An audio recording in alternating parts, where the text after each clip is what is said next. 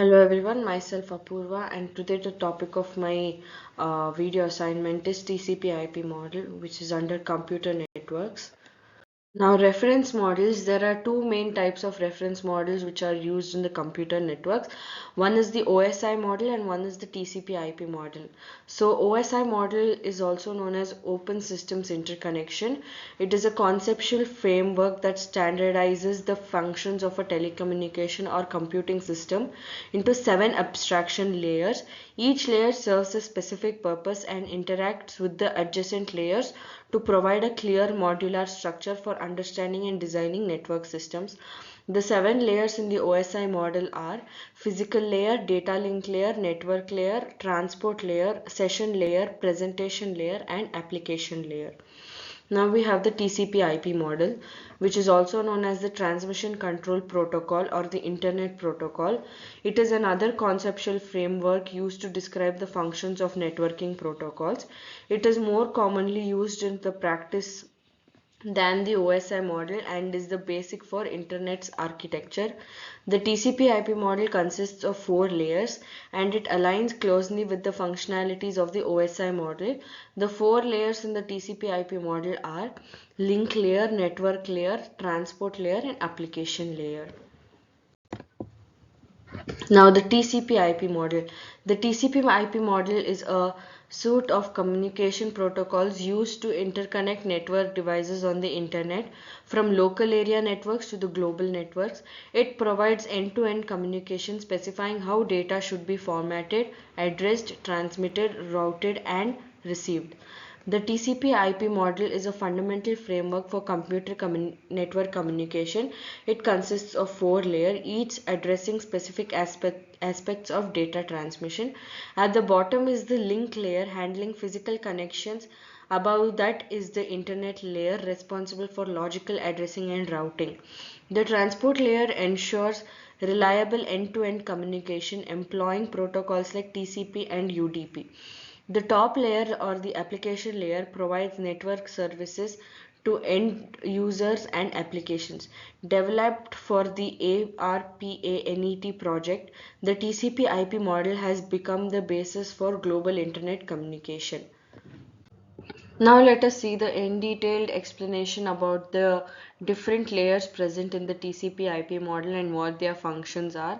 Now the first is the link layer. The link layer, also known as the network interface layer in the TCP/IP model, is the lowest layer in the model and is responsible for the physical connection to the network and the local delivery of data frames between devices on the same network. It deals with the characteristics of the transmission medium and provides the means for device to access the network. Now there are some key aspects and functions of the link layer in the TCP/IP model that are physical connection, which is used for communication. Hardware addressing manages the addressing of devices on the same local network. Framing helps in organizing and identifying data for efficient transmission. Error detection and handling, responsible for detecting errors in the transmitted frame. Switches uses MAC addresses to forward frames selectively to appropriate device within the local network, enhancing network efficiency. Media access control or MAC manages access to the physical transmission medium, especially in shared network environments, and local delivery. It enables the delivery of data frames from one device to another within the same network segment.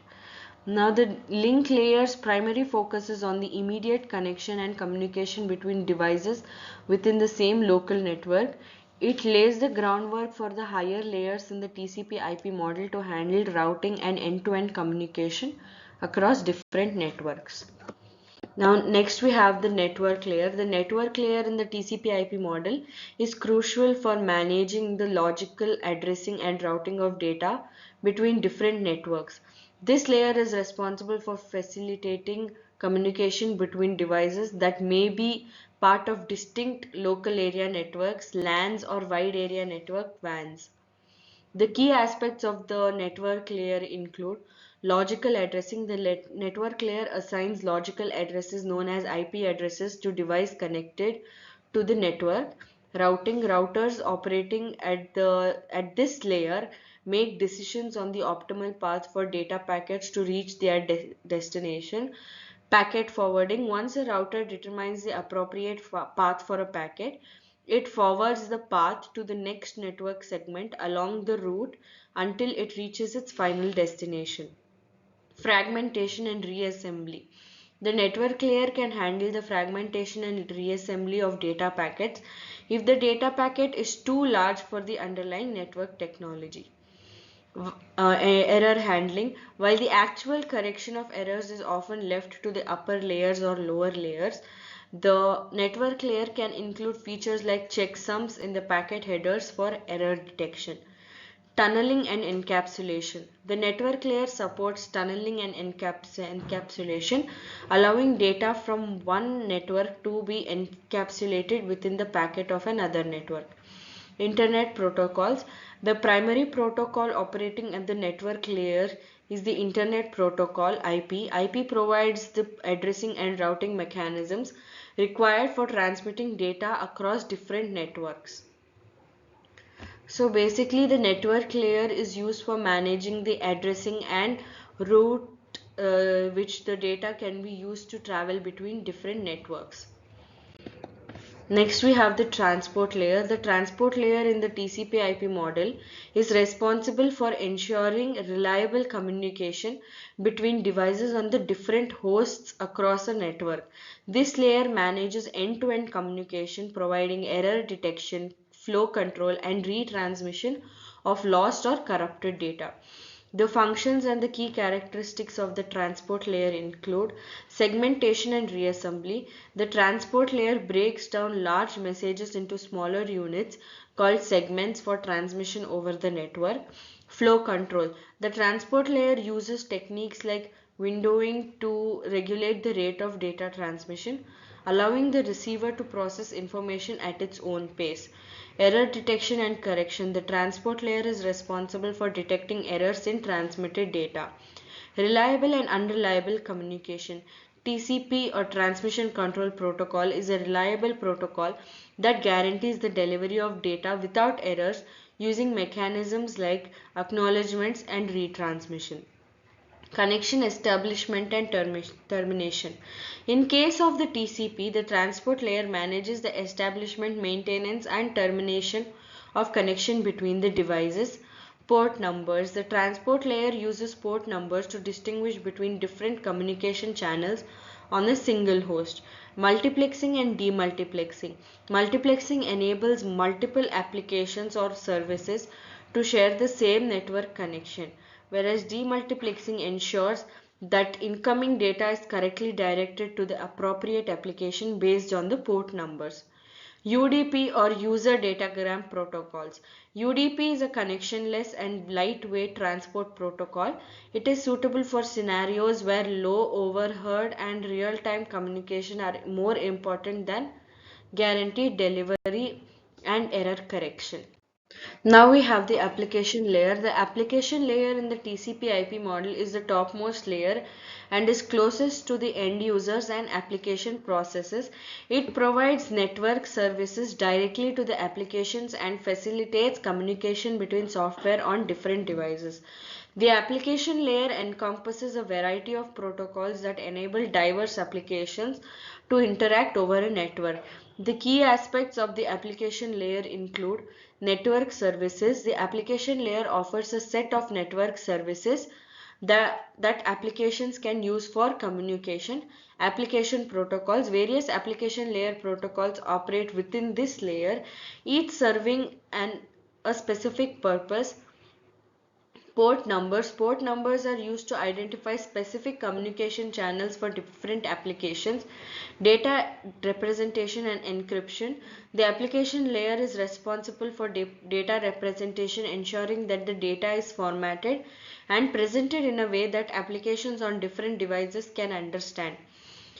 Inter-process communication. The application layer facilitates communication between processes on different devices. APIs, application program interfaces. APIs are set of rules and protocols that allow applications to communicate with each other. Then DNS. DNS stands for Domain Name System. While DNS is often considered a separate layer, it has functions that span the application and transport layers. Now let us see what are the uses of the TCP/IP model. Internet communication. The TCP/IP model is the basis for the design and operation of the global internet. It allows diverse devices and systems to communicate seamlessly across different networks, enabling the exchange of data, information and services on a global scale. Networking protocols. The TCP/IP model defines a set of networking protocols that facilitate communication between devices. Key protocols such as TCP, UDP, IP, and others are integral to various networked applications and services. Interoperability. The TCP/IP model promotes interoperability, allowing devices and systems for different vendors to communicate effectively. This standardization ensures that diverse hardware and software can work together on the same network. Layered architecture. The layered architecture of the TCP/IP model provides a modular and organized approach to networking. Each layer focuses on specific tasks, making it easier to design, implement, and troubleshoot networks. Routing and forwarding. The network layer in the TCP/IP model is responsible for routing and forwarding data between different networks. Routers operating at this layer use the IP protocol to make decisions about the most efficient path for the data transmission. File transfer. The TCP/IP model supports file transfer protocols like FTP, allowing users to upload and download files between devices on a network. Remote access. The TCP/IP model is used in a remote access scenario where users can connect to networks or systems from a remote location, like protocols like SSH or Secure Shell operate at the application layer for secure remote access. Networking equipments. Networking equipment such as routers, switches, and firewalls are designed based on the principle of the TCP/IP model. This ensures compatibility and seamless integration into TCP/IP based networks. Network security. Security protocols and mechanisms, including encryption and authentication, are implemented at various layers of the TCP/IP model to ensure the confidentiality and integrity of data during transmission. Web communication. The application layer of the TCP/IP model supports application layer protocols like HTTP and HTTPS, enabling web communication. It is the basis for browsing the World Wide Web, accessing websites, and interacting with web applications. Email communication. Protocols like SMTP or Simple Mail Transfer Protocols and POP3 or Post Office Protocols version 3 operating at the application layer facilitate email communication. The TCP/IP model ensures the reliable exchange of emails over networks. Now, to conclude the TCP/IP model topic, the TCP/IP model stands as a foundational framework for computer networking, serving as the cornerstone for the design and operations of the global internet. Its layered architecture provides a systematic and modular approach to networking, offering standardized protocols and services that enable seamless communication across diverse devices, systems, and networks. The key layers link, internet, transport, and application. Each play distinct role in addressing physical connectivity, logical addressing, reliable communication, and application level services. That's it for my today's video assignment. Thank you.